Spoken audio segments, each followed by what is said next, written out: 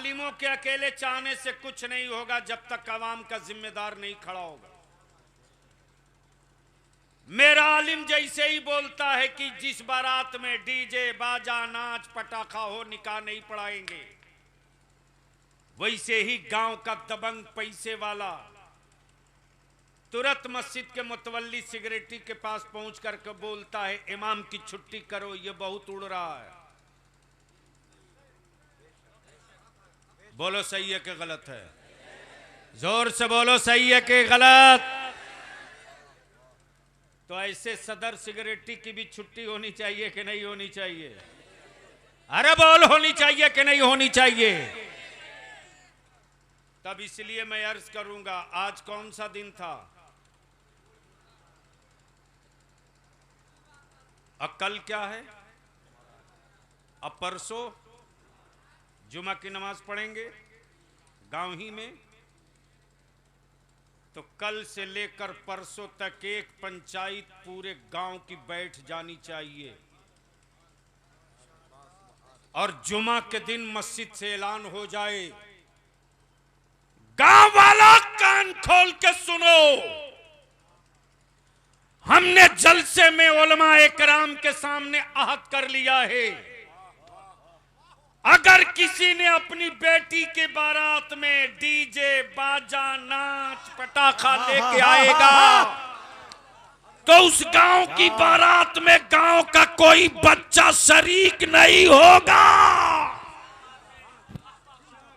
बोलो, ये होना चाहिए कि नहीं होना चाहिए? जिंदाबाद। बेशक बेशक बेशक, हक है, हक नहीं, बेशक हक है। खड़ा होकर नारा लगाइए, बेशक बेशक करने। नारे तकबीर, नारे रिसालत, अताए रईसुल कलम, अताए रईसुल कलम, यादगार असलाफ हुजूर गाजी मिल्लत। खत्म हो जाती तब यहाँ लोग डांस करते हैं। फिर वीडियो क्लिप बना के मेरे पास भेजना। अरे हॉकी से ठोकाई करूंगा, नहीं नहीं ठोकाई कर दूंगा। जब आलिम चूड़ी पहन लेगा तो बच्चे आवारा होंगे। चार आलिम डंडा लेके खड़ा हो जाए, औकात है क्या? हम अपने आलिमाना मनसब की हैसियत नहीं समझेंगे तो बच्चे हमारे आवारा होंगे। तब ये जितने त्रिभुवन नगर और जलसे में आने वाले हो, ईमान से बोलो कि जिस बारात का बाइकाट किया जाएगा डीजे बाजा पटाखा नाच डांस वाले की, उसमें तुम लोग बारात में दावत खाने जाओगे या नहीं जाओगे? धीरे बोल रहे हो, ओए जोर से बोल, जाएगा कि नहीं? उसके यहां खाएगा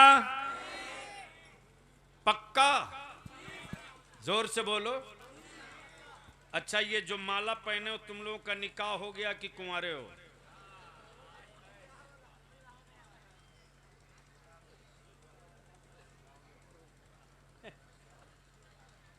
तू कहीं झांक के देख रहा, अभी तो तेरी बारी नहीं आने वाली।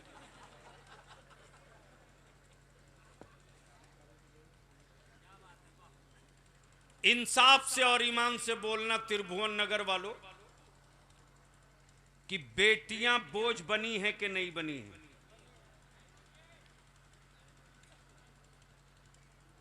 एक बोल रहा नहीं बनी। ने उसको क्या पता कि बेटियां कहां बोझ बनी? इसलिए कि हमने तो जलसों में जन्नत दिखा दिया, इसी में मस्त है। अल्लाह के वास्ते रहम कीजिए और स्टेज को बांधिए, वरना हमारे बच्चे बच्चे लाख तावीज लिखवाते रहेंगे, सुधरने वाले नहीं हैं। इसलिए आखिरी बात अर्ज कर दूं, ये जहेज और नकदी और डिमांड खत्म होना चाहिए कि नहीं? धीरे बोल रहे हो, जोर से बोलो, खत्म होना चाहिए कि नहीं? तो ये कौन करेगा खत्म?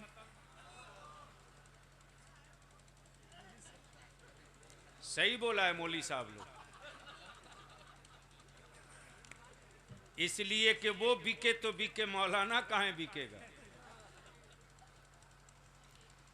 हजरत ये भी एक अजीब बात है, मेरी कौम सोचती है मौलाना जितना गरीब रहे उतने ही अच्छा है, और मैं इसके सीधे उल्टा हूं। जब मेरा आलिम महंगी गाड़ी पर चढ़ता है तो छाती चौड़ी होती है, अमामा बात करवारी से पैगंबर बादशाह की तरह जा रहा है। वाह वाह। जिस मजहब का पेशवा गरीब होगा,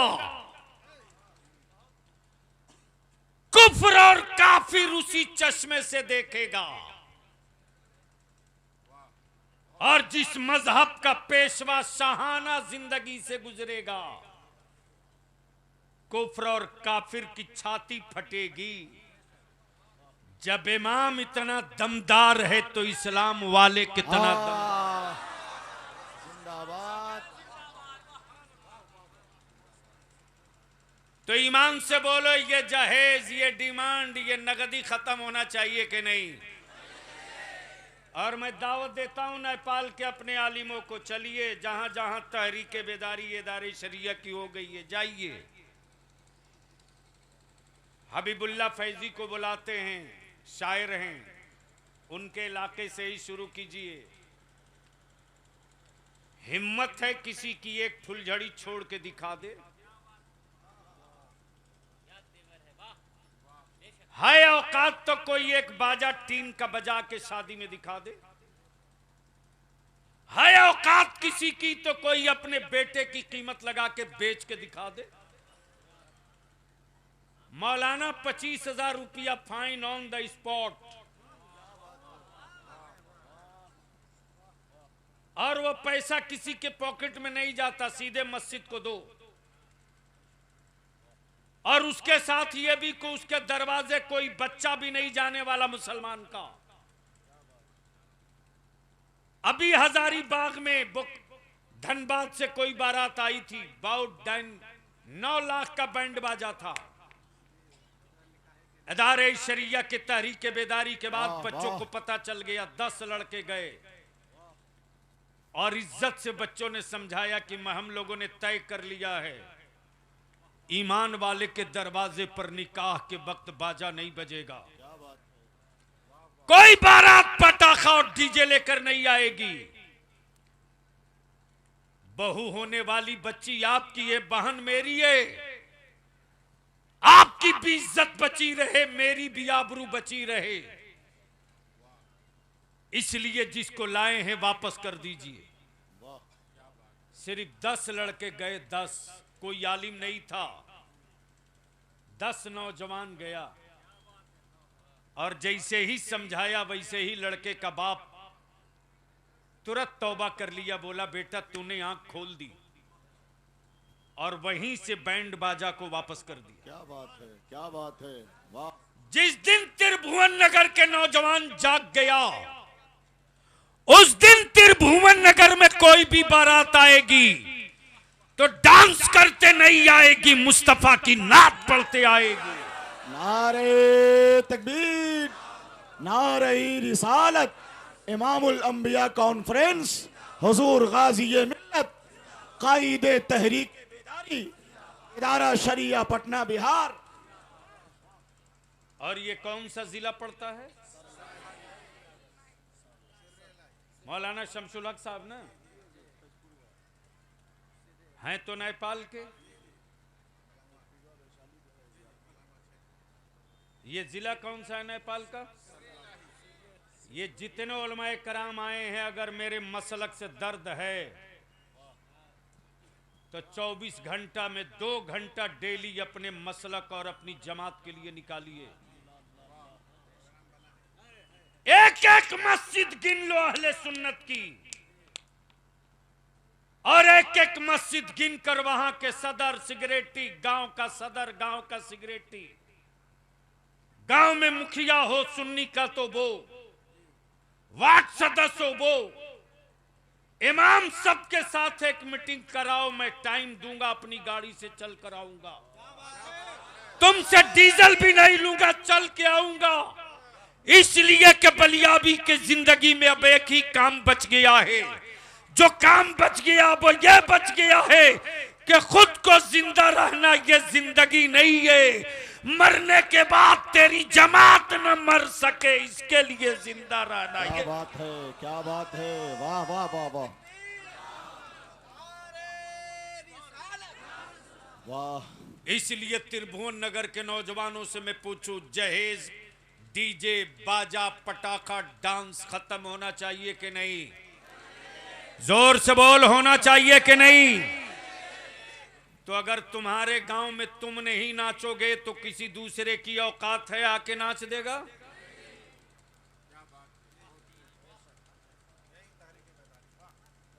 जब तुम अपने गांव में बाजा नहीं बजाओगे तो दूसरे की औकात है आके बजा देगा? इसलिए नौजवान पार्टी जिस जिस मोहल्ले के हो टीम बनाओ, एक संगठन तैयार करो, समाज सुधार कमेटी।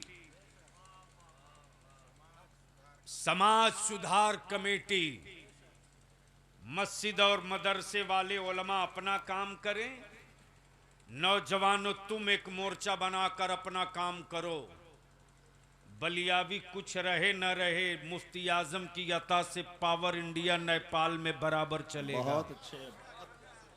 अगर तुम इस काम के लिए संगठन बनाकर आगे बढ़ो, अगर गलती से कोई डीजे बाजा बारात में लेकर चलावे तो गांव के बाहर पूरी कमेटी लेकर चले जाओ, उनसे गुजारिश करो कि इसको लौटा के आओ, इसको लौटा के आओ। तुम मेरे नबी पर दरूद पढ़ते आओ, मैं फूल लुटाऊंगा। तुम मेरे आका पर सलाम पढ़ते आओ, यह अहले सुन्नत का गांव है।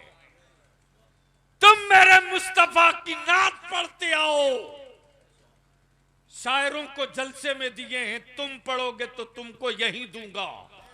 क्या बात। आओ, जिस दिन इस काम को आप लोग शुरू कर दोगे ना, उसी दिन त्रिभुवन नगर का डंका बजेगा पड़ोस की आबादियों में। और ये उलमाए कराम से विनती और हाथ जोड़ के गुजारिश करके कहूंगा, सुन लीजिए, सुन लीजिए। बड़े बड़े बड़े बड़े काबिलों को देखा है, जब तक लोग फतावा रज़विया नहीं पढ़े थे तब तक आला हजरत समझ में नहीं आते थे। फतावा रज़विया पढ़ने के बाद बड़े बड़े मुहक्किकों को समझ में आ गया कि अब आया ऊंट पहाड़ के नीचे। खबरदार, जो जहां है वहीं बैठा रहे, प्लीज। जो जहां वहीं बैठा रहे, कोई दाएं बाएं नहीं। ए लड़का, ए, अगर कोई उठने की गलती करे उसका हाथ पकड़ के वहीं बैठा दो। अब यहीं से बावाज़े बुलंद मदीने की सरकार को आवाज दो, लब्बैक या रसूल अल्लाह, लब्बैक या रसूल अल्लाह। जोर से लब्बैक या रसूल अल्लाह, लब्बैक या रसूल अल्लाह, अल्लाहुम्मा लब्बैक या रसूल अल्लाह। दुबई में, कतर में, सऊदी में मेहनत करके रोटी कमाते हो, कमाओ, लेकिन अकीदा गंवा कर मत आना। दौलत लाना या मत लाना, अकीदा छोड़।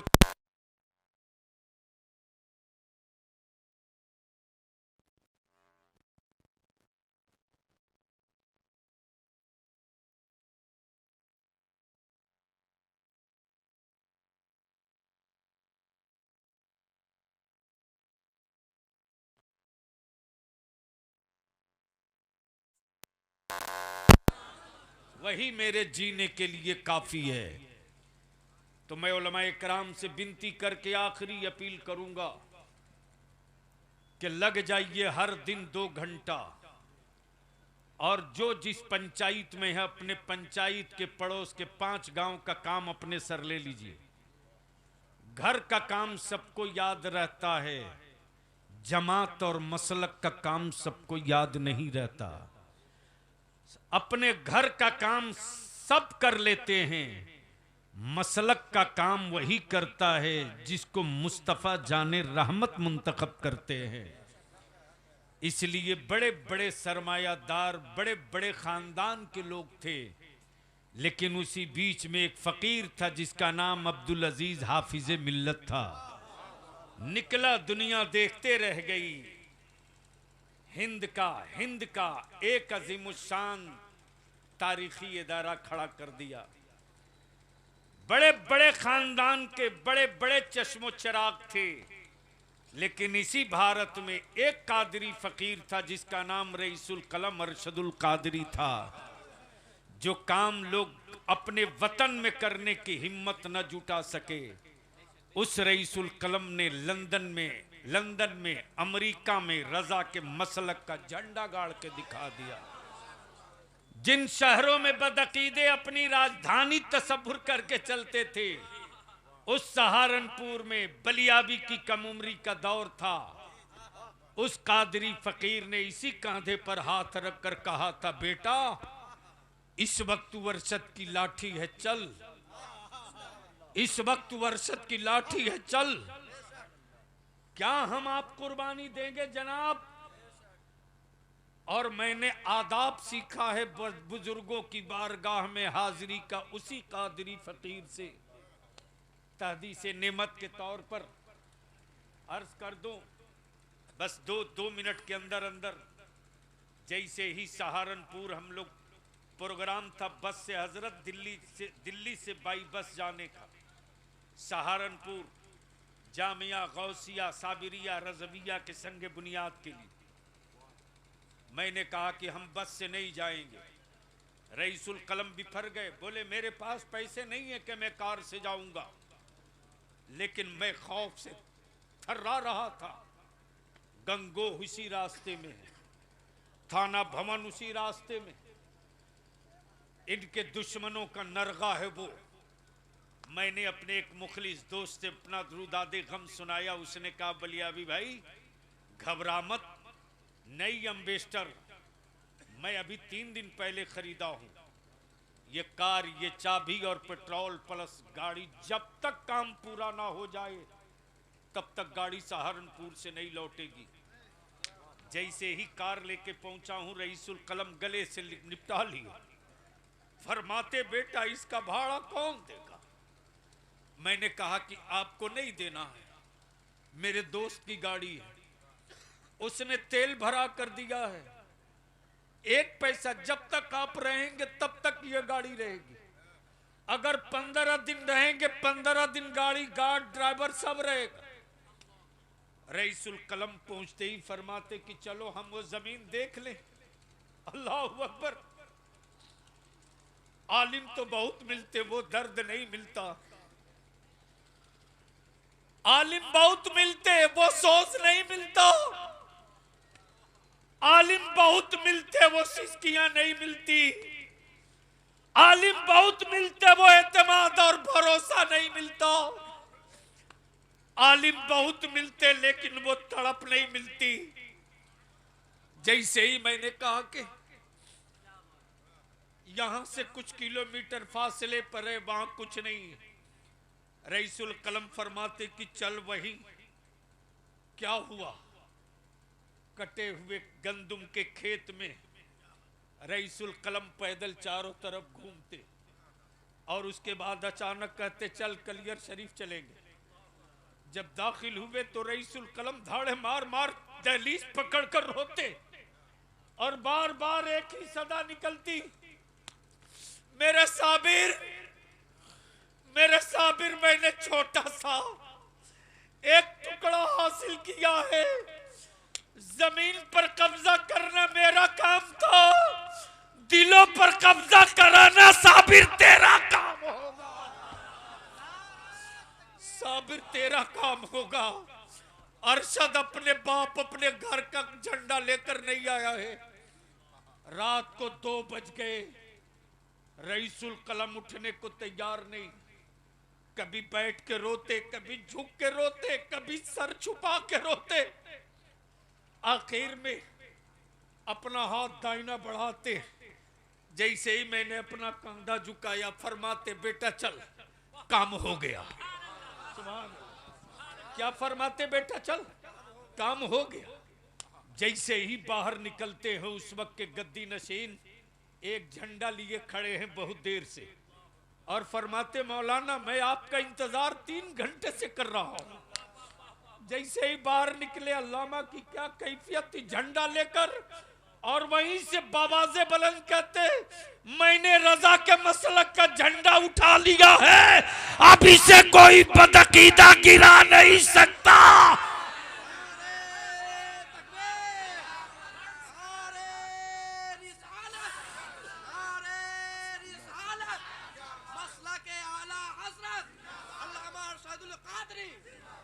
इसलिए इन्हीं चंद जुमलों के साथ अपनी नस्लों की हिफाजत करो, अपनी आबादियों को बचाओ।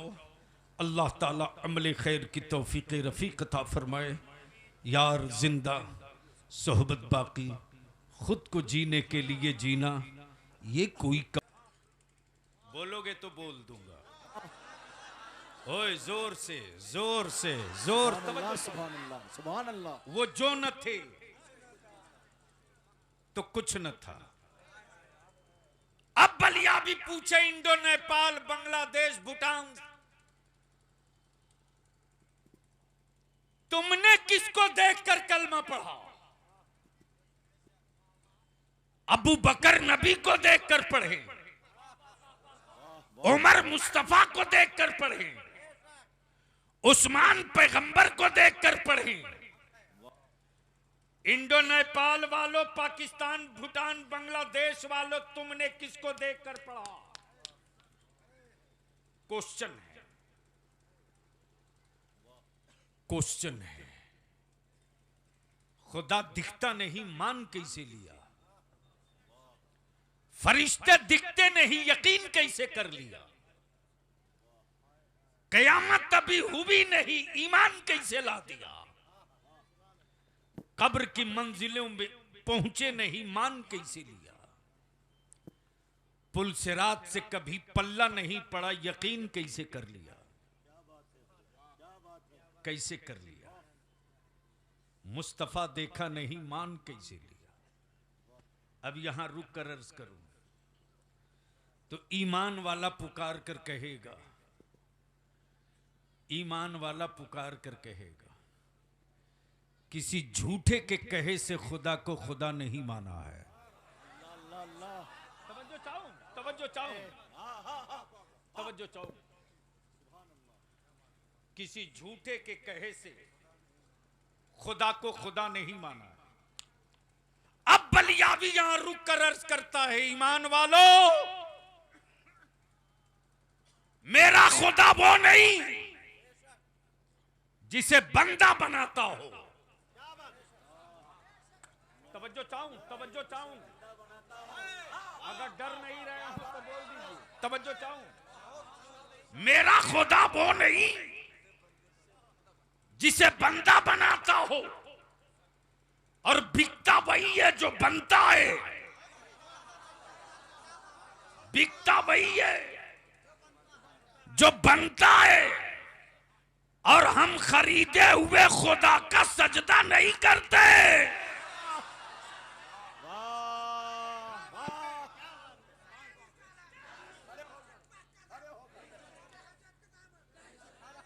नहीं नहीं नहीं, उस पर कसूर नहीं है, हैरत ऊपर हो रही है। या तो हैरत में ये है कि बलियावी ऐसी भी तकरीर करता है। हाँ ठीक है कि नेपाल आ गया हूं, शायद दोबारा आने के लिए 10-20 नहीं 100-200 बार सोचना पड़ेगा।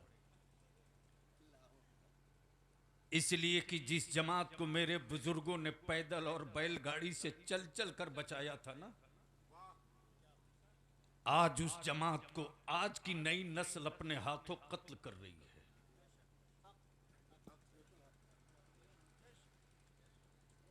और लिख लो, जमात के कत्ल के बाद तेरा भी वजूद नहीं बचेगा। दुबई जाओ, सऊदी जाओ, कुवैत जाओ, बहरीन जाओ, दम्माम जाओ, कहीं जाओ, तुम्हारे बाजू और हुनर के बल पर तुझे नहीं पूछा गया है। याद कर वो गुर्बत के दिन जब मूढ़ी खाकर 24 घंटा दादा बिताता था, इसी नेपाल के पुआल के छप्पर में हम लोग सोकर बिताए। लेकिन कोई माई का लाल नहीं कह सकता कि गुर्बत में रहने के बाद भी मेरी कौम की दादी और नानी किसी के हराम का एक टुकड़ा खा लिया हो, बल्कि बड़े बड़े अमीरों के दस्तरखान पर बहुत कुछ पा रहा, उसकी परवाह न की।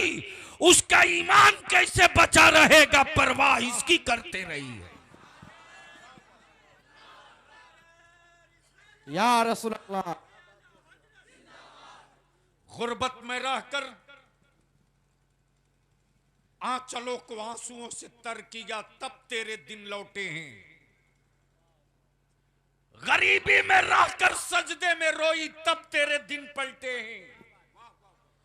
भूखे रह करके रोजे पर रोजा रह कर सिसकियां ली, तब तेरे दिन पलटे हैं।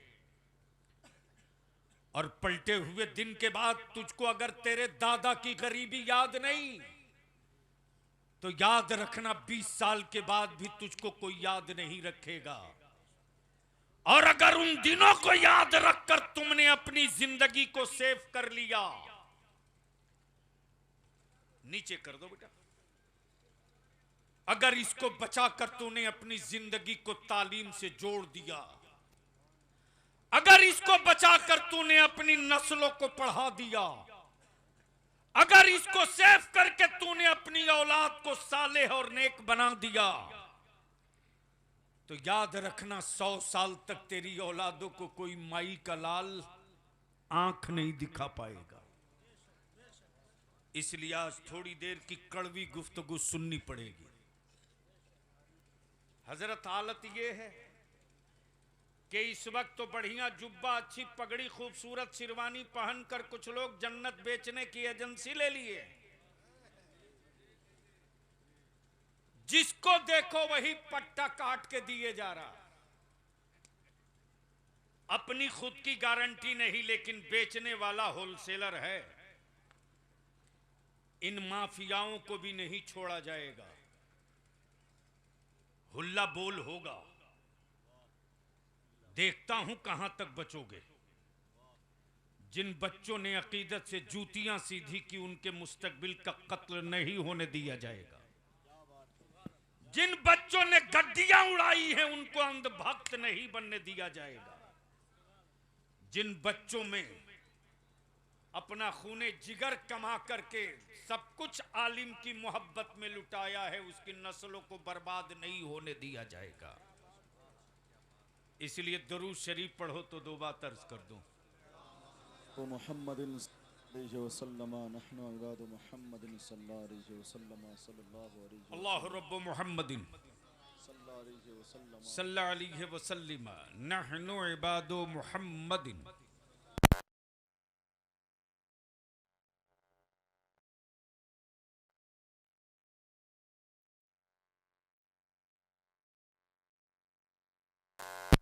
मोहब्बत से, मोहब्बत से तवज्जो चाहो, तवज्जो चाहो हुजूर, दुआओं के साथ।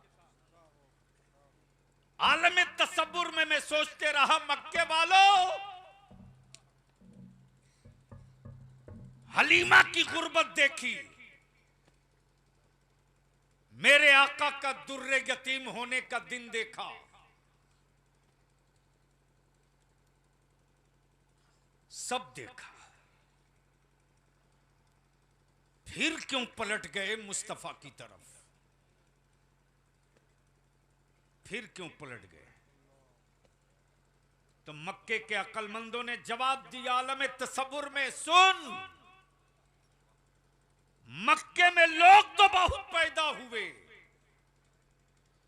लेकिन जो अनोखा पैदा हुआ वो मुस्तफा था। जो अनोखा पैदा हुआ वो मुस्तफा, सुभान वो मुस्तफा था, जिसकी विलादत लाजवाब, वाह वाह, जिसका बचपना लाजवाब, जो चले तो पत्थर अपने सीने पर पाए नाज के निशान बना ले। अब यहां रुक कर एक बड़ा ही पेचीदा मसला आ रहा, और अपने जवानों से कहूंगा, विदेश दुबई कुवैत रहने वालों,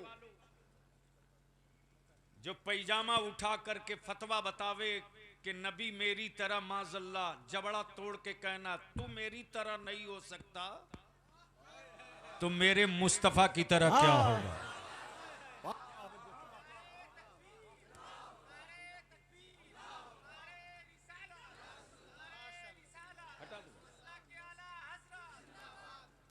बस जहन को यहीं करीब कर लो। चूंकि एक बात याद आ गई है अपने उलमा से और मशाइख से अर्ज करूं कि थोड़ी बिल्कुल नाकदाना और पैनी नजर रखें, इसलिए कि बड़ा हसास हिस्सा छूने जा रहा हूं। और यही तो है मसल के आला हजरत के, हम फिसलते हैं तो बाजू पकड़ने वाले वहीं खड़ा रहते हैं। इसलिए कि तौबा के लिए अकड़ जाना ये रजा वालों की आदत नहीं है। क्या बात है हजरत, क्या बात है। समझो चाहूं। वाह। अब सवाल ये उठता है मुफ्तियाने ज़वील एहतराम की बारगाह में बलियावी का, ऐलाने नबूवत हुआ 40 साल के बाद। ऐलाने नबूवत यही सुने हैं ना मौलाना महबूब गौर से, ऐलाने नबूवत 40 साल के बाद। क्या हो गया? ऐलाने नबूवत। लेकिन आका करीम जो सफर किए पैदल,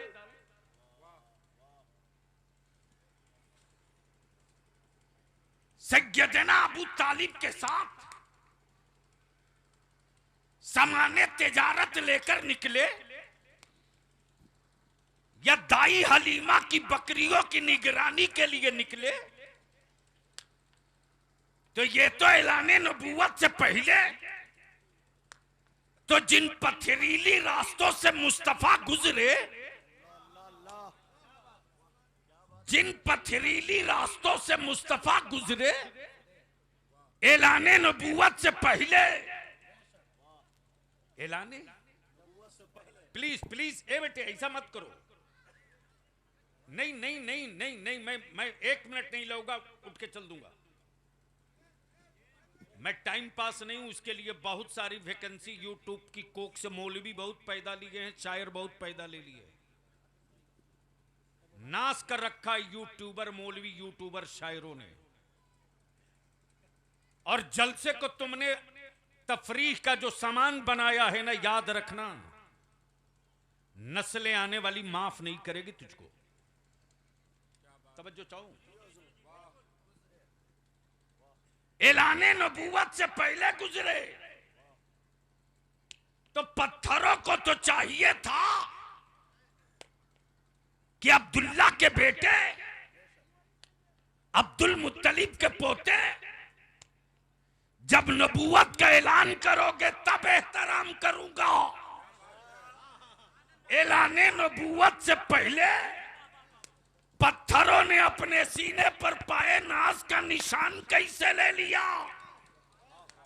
तो अरब के पत्थर बोल पड़े, अपनी अक्लों से पत्थर हटा।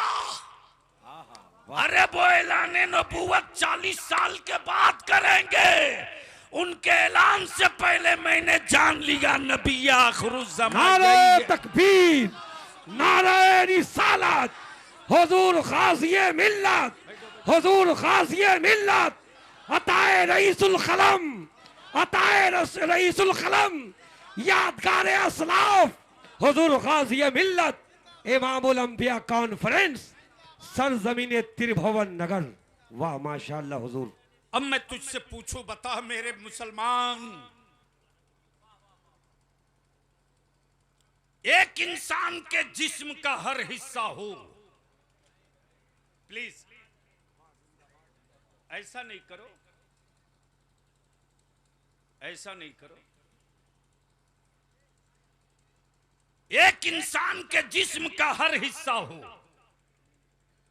सर भी हो, आंखें भी हो, दिल भी हो, कान भी हो, जबान भी हो, सब हो, हार्ट भी हो, किडनी भी हो, धड़कने भी हो, हरारत भी हो, सब हो।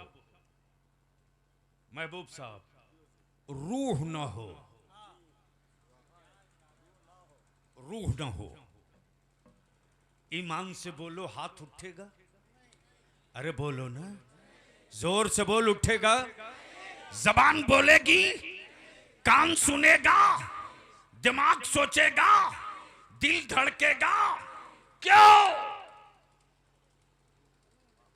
सब तो है, सिर्फ एक ही चीज तो नहीं है।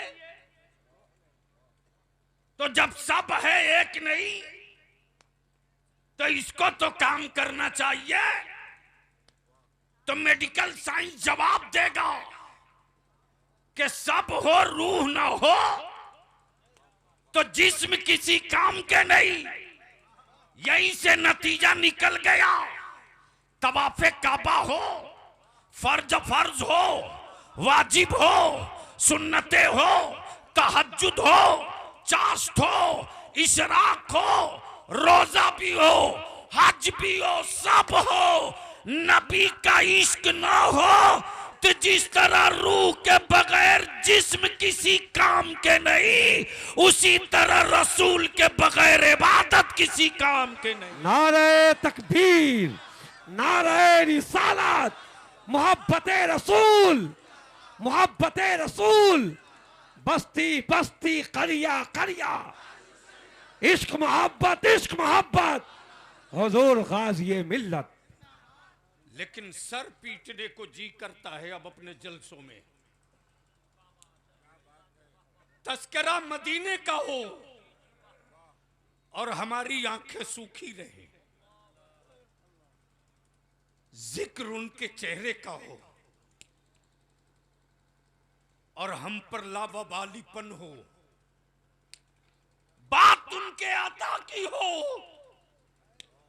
और हम दामन न फैला सके। तस्करा उनके सखा की हो और हम भीख न ले सके। बट रही हो खैरात उनके नवासों की और हम लूट न सके। तो याद रखना, ये इश्क का ढोंग तो हो सकता, इश्क नहीं हो सकता। इश्क का तकाजा तो ये है कि कोई उनके जुल्फों की बात करे तो मेरा दिल मचल के ये कहे, काश हिजाब हट जाता, काश पर्दा हट जाता। और याद रखना, आंखों में रोशनी रहे न रहे, दिल में मुस्तफा का इश्क हो तो आंखें भी नूर वाली हो जाएंगी, वजूद भी नूर वाला हो जाएगा। लेकिन कौन समझाए अपनी जमात को? एक एक लाख नहीं, 10-10 लाख एक रात जलसे में फूंक रहे हो। फूको, 10-10 लाख फूको। औलादों को जाहिल रख के फूको, बेटों को आवारा बनाकर फूको। दौलत तो फूक दोगे, आखिरत नहीं मिल पाएगी। इसलिए मेरे अजीज, अपने आप को संभालो और हो सके तो आज के इस कॉन्फ्रेंस से एक आखिरी पैगाम ले लो। मैं अपने उलमा का, शोरा का वक्त जाय नहीं करना चाहता। कल तक गैरों के हाथों इंसान गैर महफूज था, आज मुसलमानों के हाथों मुसलमान की बेटियां महफूज नहीं है। माफ करेंगे, कल तक कूली, खलासी, मजदूर, सेंटरिंग वाला, तख्ता ठोकने वाला, लोहा बांधने वाला अपने बेटे की कीमत लगाकर बेचता था तो लगता था ये पढ़ा नहीं है तो बेच रहा है। लेकिन नेपाल की खबर तो यहां तक आ गई बलियाबी के साथ कि अब तो मौलाना भी 5 लाख एक बाइक पे बिक रहा है।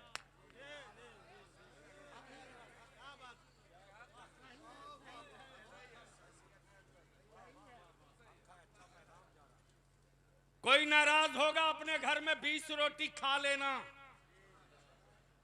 बलियाबी तो इसी के लिए जिंदा रखा गया। हक बोलो, हुकूमत की छाती पर चढ़कर बोलना पड़े वहां भी बोलो, अपने मुआशरे में बोलना पड़े वहां भी बोलो। और उसके बाद कहते कि कौम मेरी इज्जत नहीं करती। मैं नहीं मानता काजी साहब, इसको मैं नहीं मानता कि मेरे बच्चे मेरी इज्जत नहीं करते। मैं नहीं मानता।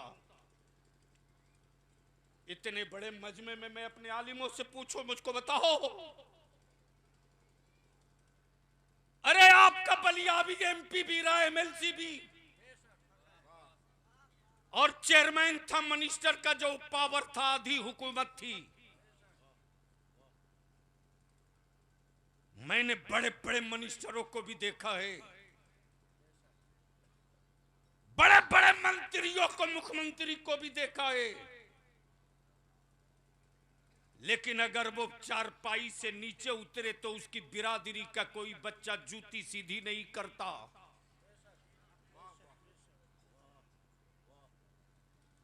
ए बेटे, तुम ही लोगों के लिए हम लोग मर रहे हैं।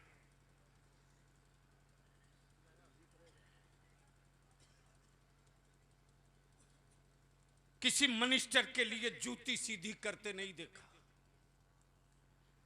लेकिन आज भी मेरा बच्चा ये नहीं पूछता ये किस बिरादरी के मौलाना है।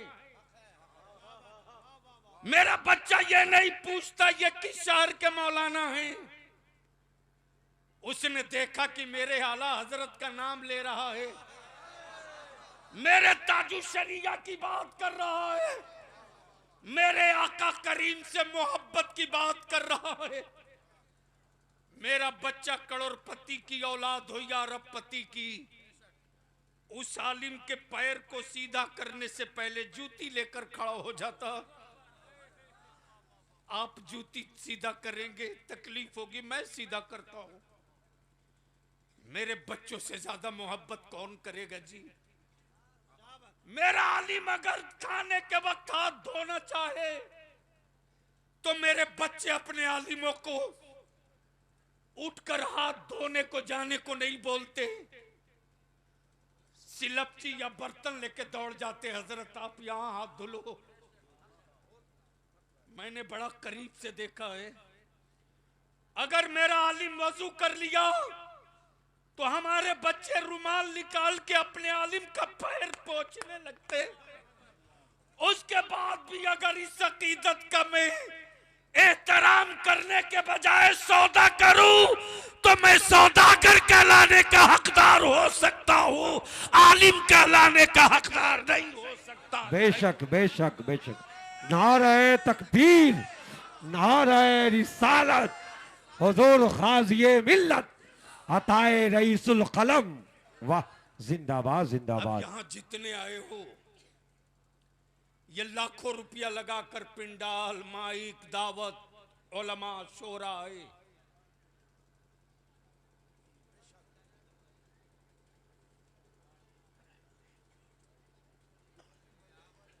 बैठ जाइए जनाब, बैठ जाइए।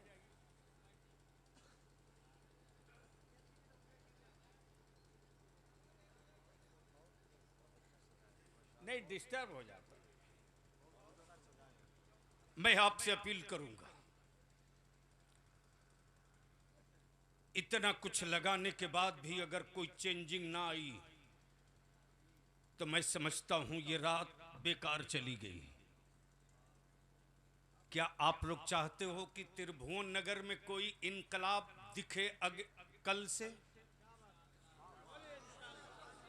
अरे जोर से बोलो, क्या चाहते हो त्रिभुवन नगर में बदलाव दिखे?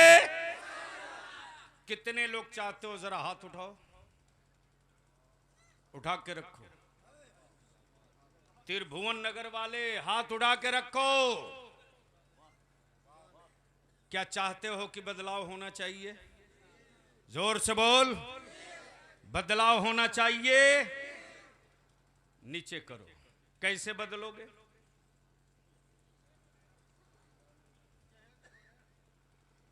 अरे बोलो कैसे बदलोगे?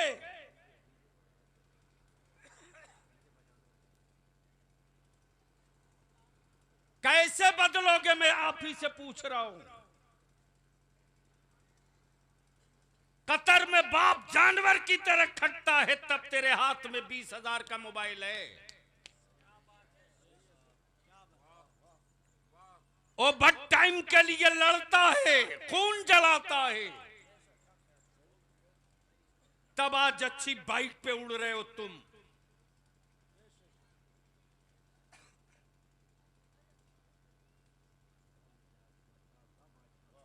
एक बादशाह,